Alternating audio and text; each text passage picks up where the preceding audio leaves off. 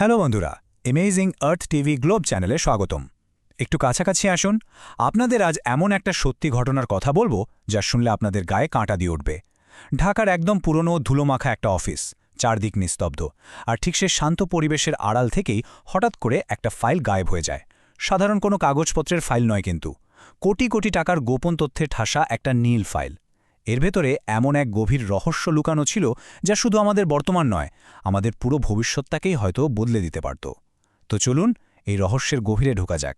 ১ নম্বর, নিখোঁজ নীল ফাইলের রহস্য। একবার ভাবুন তো, অত্যন্ত সুরক্ষিত একটা অফিস বিল্ডিং, সেখানে সাধারণ মানুষের প্রবেশ করা প্রায় অসম্ভব। কিন্তু একদিন সকালে হঠাৎ দেখা গেল সেই অত্যন্ত গুরুত্বপূর্ণ নীল ফাইলটা নেই। সবার মনে তখন একটাই প্রশ্ন ঘুরপাক খাচ্ছিল, কোটি টাকার গোপন নীল ফাইলে আসলে কি ছিল? কেন সাধারণ একটা নীল রঙের ফাইল চুরি করার জন্য এত বড় একটা ঝুঁকি নেওয়া হলো? এর ভেতরে কি কোনো গুপ্তধনের ম্যাপ ছিল, নাকি এমন কোনো ভয়ঙ্কর সত্য লুকানো ছিল যা জানলে সারা বিশ্ব আতঙ্কে কেঁপে উঠবে? এই পুরো রহস্যের জট খুলতে মাঠে নামলেন আমাদের অত্যন্ত অভিজ্ঞ গোয়েন্দা আরিফ হোসেন। তিনি ঘটনাস্থলে গিয়ে বেশ কিছু অদ্ভুত সূত্র পেলেন। কোনো ভাঙচুর নেই, সিসিটিভি রহস্যজনকভাবে বন্ধ, একটি কফির দাগ, একটি কালো ছাতা আর একটি লুকানো গোপন কক্ষ। গোয়েন্দা আরিফ বুঝতে পারলেন যে অপরাধী অত্যন্ত চালাক, কিন্তু ওই লুকানো কক্ষের ভেতরে প্রবেশ করতেই সেই নীল ফাইলের একটা ছেঁড়া পাতা তার হাতে আসে, আর বেরিয়ে আসে এমন এক অবিশ্বাস্য সত্যি যা তার শিরদাঁড়া হিম করে দেয়। আচ্ছা, সেই ছেঁড়া পাতায় আসলে কি লেখা ছিল সেটা আপনাদের বলবো, তবে তার আগে ছোট্ট করে মনে করিয়ে দিই, নতুন নতুন ভিডিও পেতে আমাদের চ্যানেলটি সাবস্ক্রাইব করুন এবং বেল আইকনটি টিপুন, কারণ গোয়েন্দা আরিফ হোসেনের এই তদন্ত আমাদের এমন এক ভবিষ্যতের দিকে নিয়ে যাচ্ছে যা কোনো সাধারণ অপরাধের কাহিনী নয়, বরং এক রোমাঞ্চকর সায়েন্স ফিকশনের মতো। ২ নম্বর, ২০৪২ ঘ্রাণের ইন্টারনেট। গোয়েন্দা আরিফ যখন সেই নীল ফাইলের ডেটাগুলো ডিকোড করতে শুরু করলেন, তিনি চমকে উঠলেন। ওটা কোনো আর্থিক দুর্নীতির দলিল ছিল না, ওটা ছিল ২০৪২ সালের একটা ব্লুপ্রিন্ট। একদিকে আমাদের এই পুরনো ইন্টারনেট, মানে এই ধরুন ভিডিও কল বা ভয়েস মেসেজ, আর অন্যদিকে অনলাইনে সরাসরি অনুভূতি ও ঘ্রাণ। একবার কল্পনা করুন তো, আপনি ঢাকার তীব্র জ্যামে বসে আছেন, আর প্যারিসের কোনো এক ক্যাফে থেকে আপনার বন্ধু ইন্টারনেটের মাধ্যমে আপনাকে একদম ফ্রেশ এক কাপ কফির ঘ্রাণ পাঠিয়ে দিল। অথবা আপনি ঘরে বসেই অ্যামাজনের বৃষ্টি ভেজা জঙ্গলে সোদা মাটির ঘ্রাণ নিতে পারছেন। অবিশ্বাস্য লাগছে, তাই না? এই জাদুকরী প্রযুক্তির নাম দেওয়া হয়েছিল সেন্টনেট, মানে এমন একটি প্রযুক্তি যা ঘ্রাণকে ডিজিটাল ডেটায় রূপান্তর করে। আর এই যুগান্তকারী আবিষ্কারের মাস্টারমাইন্ড ছিলেন বাংলাদেশের এক তরুণ প্রতিভাবান বিজ্ঞানী ডক্টর আরিয়ান রহমান। তিনি মনের প্রাণে বিশ্বাস করতেন যে গন্ধ শুধু কোনো রাসায়নিক ব্যাপার নয়, এটি আসলে আমাদের স্মৃতি আর অনুভূতির ভাষা। ৩ নম্বর, যেভাবে কাজ করে সেন্টনেপ। চলুন এই অত্যাধুনিক বিজ্ঞানটা সাধারণ মানুষের জীবনে কিভাবে কাজ করবে সেটা একটু সহজে বুঝে নেই। ডক্টর আরিয়ান পুরো সিস্টেমটাকে ৩টি ধাপে সাজিয়েছিলেন। ১. সেন্ট স্ক্যানার, যা বাতাস থেকে গন্ধের অণু সংগ্রহ করে। ২. এআই কোড, কৃত্রিম বুদ্ধিমত্তা সেই গন্ধকে বিশেষ কোডে রূপান্তর করে। আর ৩. অ্যারোমা রিসিভার, যা রিসিভারের প্রান্তে ন্যানো কেমিক্যাল দিয়ে একদম অবিকল ঘ্রাণ তৈরি করে। আমি আপনাদের একটা প্রশ্ন করি, কেমন হবে বলুন তো যদি আপনি কাউকে ইমেলে বৃষ্টির গন্ধ অ্যাটাচ করে পাঠাতে পারেন? ঠিক এই কাজটাই সেন্টেড করত। এআই কিভাবে প্রকৃতির এই গন্ধগুলোকে ডেটায় পরিণত করে সেটা দেখলে আপনি অবাক হবেন। যেমন ধরুন গোলাপের ঘ্রাণ, এর কোড হল AX443, বৃষ্টির মাটির গন্ধ RT992, আর আমাদের সবার প্রিয় পুরনো বইয়ের গন্ধ, এর কোড হল BK771। ঠিক এভাবে প্রকৃতি আর টেকনোলজি একেবারে মিলেমিশে এক হয়ে গিয়েছিল। আর এই আবিষ্কারের পর সারা পৃথিবীতে আক্ষরিক অর্থেই এক অভূতপূর্ব সেন্টনেট বিপ্লব শুরু হয়ে যায়। মানুষ অনলাইনে পিৎজা অর্ডার দেওয়ার আগে রীতিমতো তার গন্ধ শুকে পরীক্ষা করতে শুরু করল।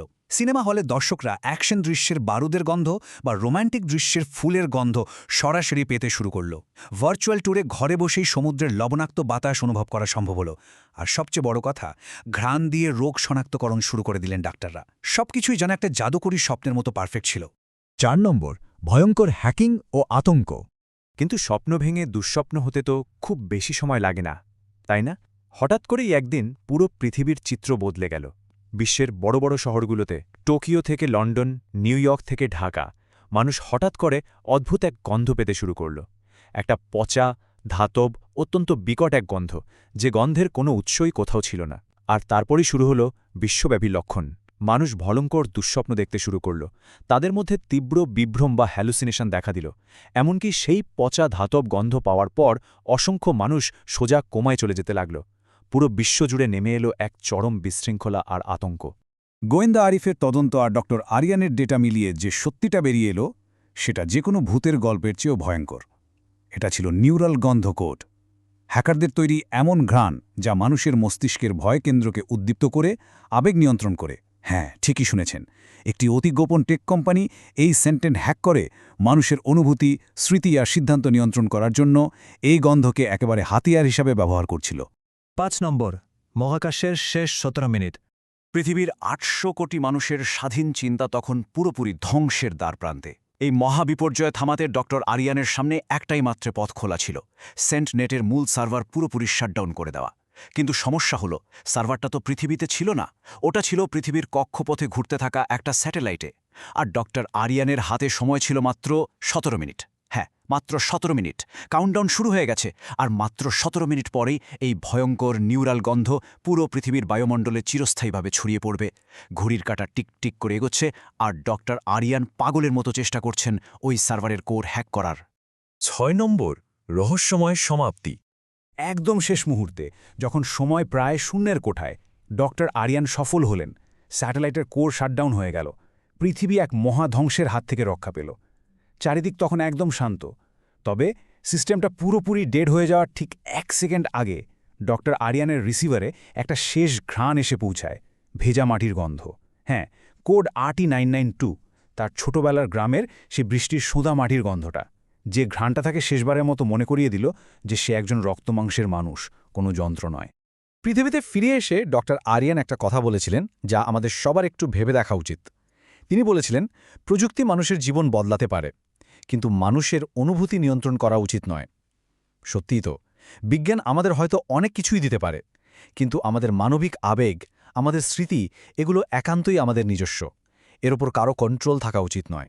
নীল ফাইলের রহস্যের তো সমাধানও হলো, পৃথিবীও রক্ষা পেল, কিন্তু আজকের এই আলোচনাটা আমি একটা অস্বস্তিকর প্রশ্ন দিয়ে শেষ করতে চাই। গভীর রাতে আপনি কি কখনো অজানা এক গন্ধ পান? কারণ ডার্ক ওয়েবের কানাঘুষায় শোনা যায় পৃথিবীর কিছু পুরনো পরিত্যক্ত সার্ভারে নাকি আজও সেই সেন্টিনেটের কোডগুলো লুকিয়ে আছে। কে জানে, হয়তো কোনো একদিন গভীর রাতে আপনার ঘরেও এমন কোনো অদ্ভুত গন্ধ ভেসে আসবে। তখন আপনি কি করবেন? ভাবুন আর আমাদের কমেন্টে জানান। আজকের মতো এখানে বিদায় নিচ্ছি, ভালো থাকবেন আর নিজের চারপাশের গন্ধ সম্পর্কে একটু সতর্ক থাকবেন।